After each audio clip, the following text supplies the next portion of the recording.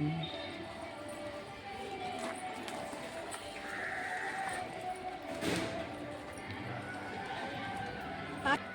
குட்டீஸ். Hi miss. நம்ம இப்போ எங்க வந்திருக்கோம்? ஸ்கூல் தோட்டத்துக்கு வந்திருக்கோம். சரி, எதுக்காக வந்திருக்கோம்? இந்த செடியை பற்றி, கீரைகளை பற்றி, இங்கே இருக்கிற மரங்களை பற்றி தெரிஞ்சுக்கிறதுக்காக வந்திருக்கோம். நம்ம இங்கே என்ன இருக்கு, கீரை என்ன இருக்குன்னு பார்ப்போம். சரியா? இந்த கீரை உங்களுக்கு நீங்க பார்த்துருக்கீங்களா? எங்க பார்த்துருக்கீங்க? வீட்டில் பார்த்துருக்கீங்க. இது என்ன கீரைன்னு உங்களுக்கு தெரியுமா? மணத்தக்காளி கீரை. மணத்தக்காளி கீரை நீங்க சாப்பிட்டுருக்கீங்களா? எதுக்காக சாப்பிட்டுருக்கீங்க? வாய்ப்புண் கீரை வரும். பரவாயில்லையே, நல்லா தெரிஞ்சு வச்சிருக்கீங்களே. நம்ம மணத்தக்காளி கீரைனாவே வாய்ப்புண் கீரைன்னு தான் சொல்லுவோம். சரியா?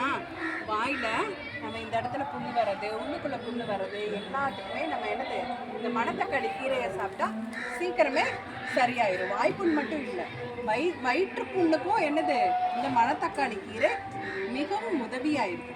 சரியா? அது மட்டும் இல்லாமல் சுவாச நோய்கள், சுவாச நோய்னாவே என்னென்ன, சளி, அடிக்கடி சளி பிடிக்கிறது, இருமல் வர்றது, ஆஸ்மா, வீசிங், மூச்சு திணறும் இல்லையா? நிறைய பேர், நிறைய சின்ன பிள்ளைங்களும் என்னது, படி ஏறினா கூட மூச்சு திணறு. அந்த மாதிரி சுவாச நோய்கள் எல்லாத்துக்குமே இந்த மணத்தக்காளி ரொம்ப பெஸ்ட்டாக இருக்கும். சரியா? அது மட்டும் இல்லாமல் நம்ம உடம்புல இருக்கிற பெரிய ஆர்கன் என்ன தெரியுமா? லிவர் தான், கல்லீரல் தான்.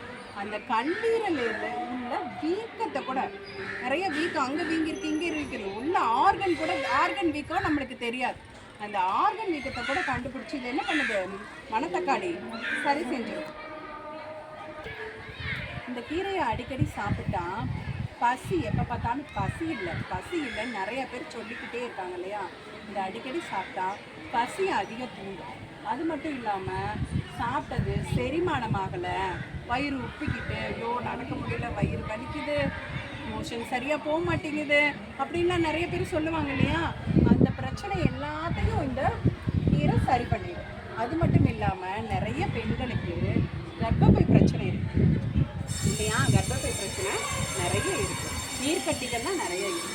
அந்த இதெல்லாம் சரி பண்ணுறதுக்கு என்ன பண்ணுது, இது ரொம்ப உதவியாக இருக்குது.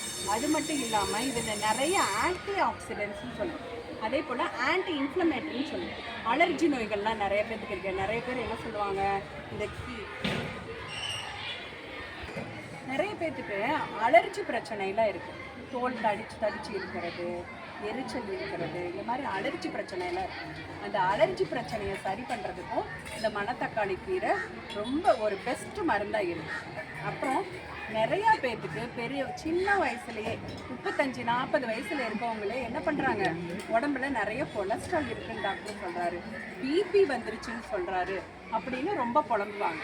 அவங்கெல்லாம் என்ன பண்ணலாம், இந்த மணத்தக்காளி கீரையை அதிகமாக எடுத்துக்கிட்டாவே உடம்ப சரி பண்ணிடலாம். நல்லா